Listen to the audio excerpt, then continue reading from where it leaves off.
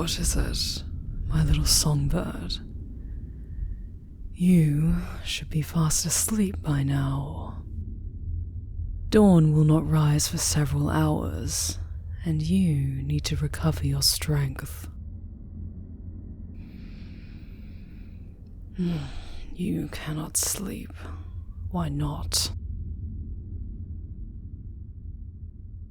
Yes. The air in my cavern is filled with the scent of the storm, of lightning just about to strike. It's wonderful, is it not? It's giving you a headache. Well, that's certainly not good. The only aches you should be feeling is the delicious agony in your flesh after being thoroughly loved by me. But I suppose I should take care of you, little songbird. I can't have such unruly storms filling your head with pain and fatigue. After all, you did your best to satisfy me, and for the first time in several hundred years, I was impressed. It seems that you bards are a surprisingly hardy breed. I will need to push your limits further next time.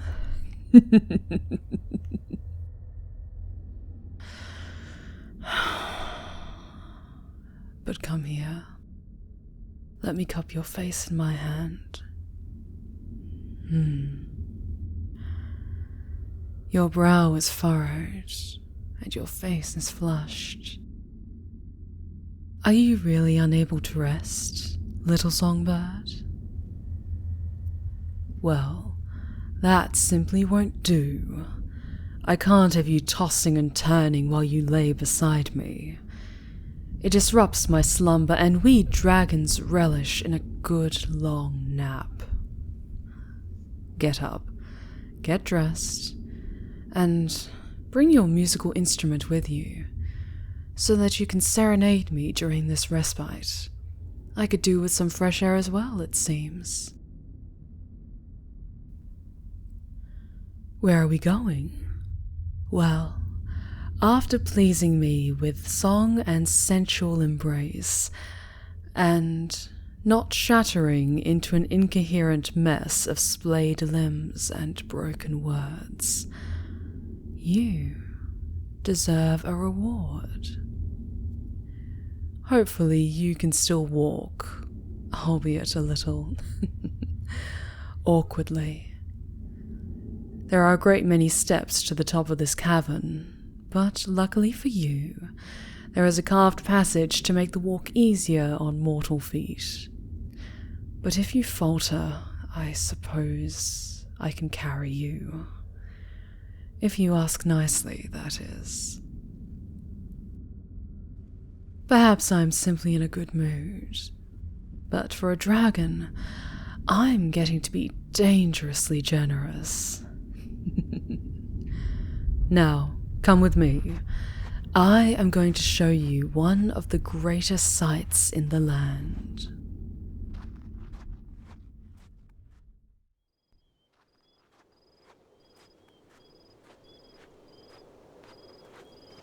This expansive balcony was carved by my former worshippers, decorated with fine carvings of my draconic likeness, and adorned with delicate gold inlay and these tiles of lapis lazuli.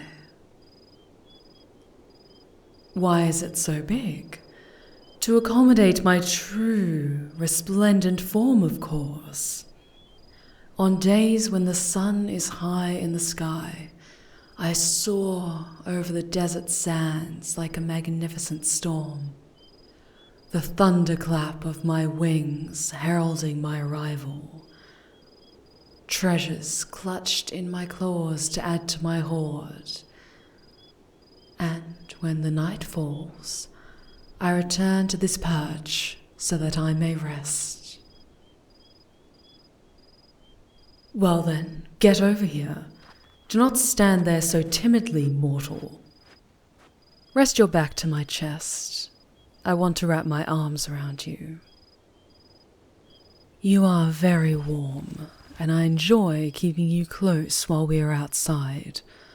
I dislike the cold, so you are not going anywhere until I dismiss you. Besides, you still have your hands free. I want you to play me something while we breathe in the night air together. I enjoy being outside, but at night, I too can sometimes find my rest disturbed.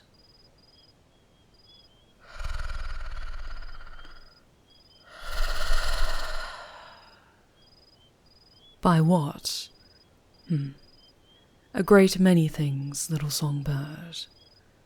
Idle thoughts of distant treasures, reflections on the eons past in my lifetime, former allies and new enemies. I am a wise and powerful beast after all. Sometimes it is a terrible burden to bear.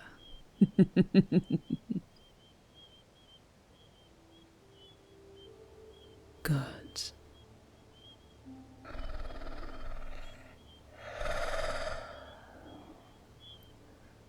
Yes, I'm nuzzling into your neck. It's warm here. Are you complaining?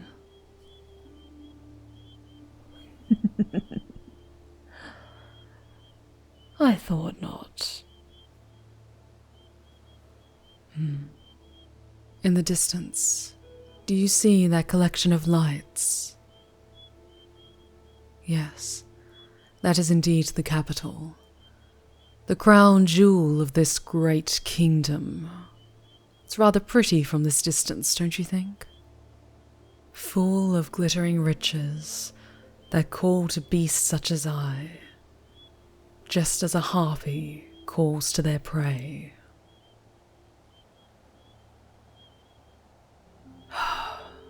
I know that if I were ever to dare come close to that city, they would most likely strike me down. It is no secret that magic runs through these lands, and that city is teeming with dangerous mages who would rise to protect it. And they would relish in slaying the Sapphire Queen. But despite my vast intellect and unbreakable self-control, I still hear the song of coin exchanging hands, the song of light hitting the facets of a gem, the song of all that shimmers. I will tell you a secret, little adventurer. A secret that may one day save your life should you cross paths with another of my chromatic kin. The song is something all dragons are prey to, being consumed entirely by the melody that no one else can hear. In my tongue, it is called Ferod Merik. I believe in common, it would be called the Golden Requiem. You, my little songbird, could practice your craft for 1,000 years and never know the power and beauty of that song. It is bittersweet, cruel, and magnificent. And if we listen too long and let it seduce us, overwhelm us, it becomes our death knell. For all that has changed in this world, kingdoms rising and falling, the passing of the ages, that song in our hearts will always remain.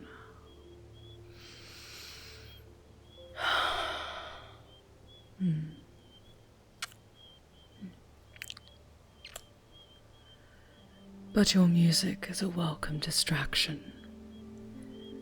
Perhaps you will not need to practice 1,000 years after all.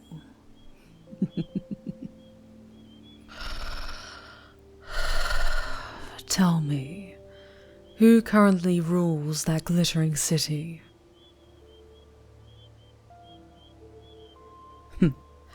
Well, with a title like that, they're clearly compensating for something. Don't you give me that look, little songbird. I live up to my lofty titles, unlike weak little mortals like yourself. And be careful. You may have earned my favor for now, but do not think you can mock me and get away with it. Especially with the slope of your neck and shoulder so close to my fangs, so dangerously warm and inviting.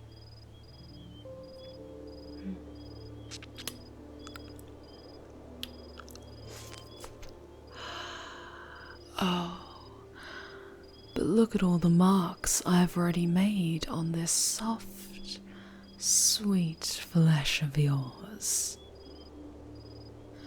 Your skin is now decorated in a field of amethysts, sapphires, and rubies, given so generously by my teeth and tongue. But I also smell the drying blood on some of these deeper bites. These are the ones that will not fade.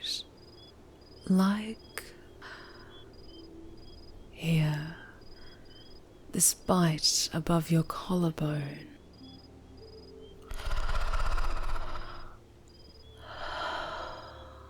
Do you know what happens when a mortal receives a bite from me and lives to tell the tale? Well, the scar left behind is different from that which is left by the kiss of a blade.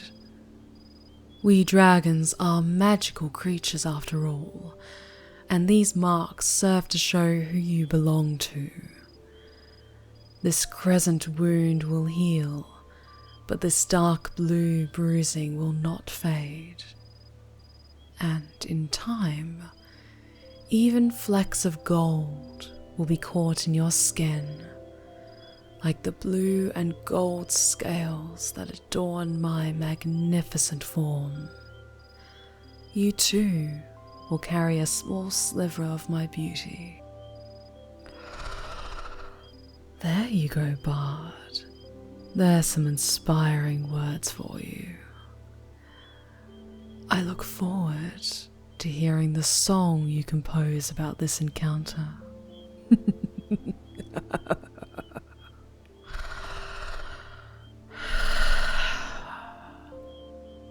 I have a short while left of my heat to endure, only another week at the most.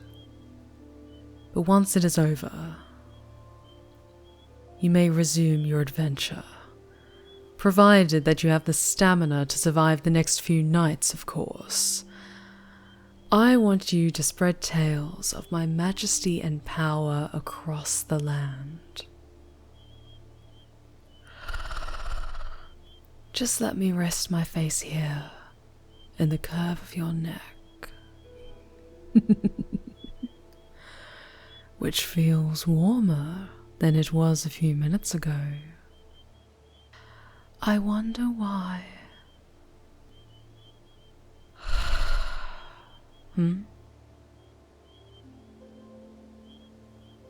Come with you. I don't think that will be a good idea. In my caverns I am safe.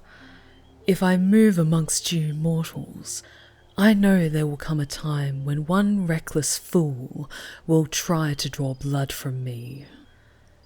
And I cannot be Cytarrul the Eternal if people know that I too can be slain. It does not matter if I am alone.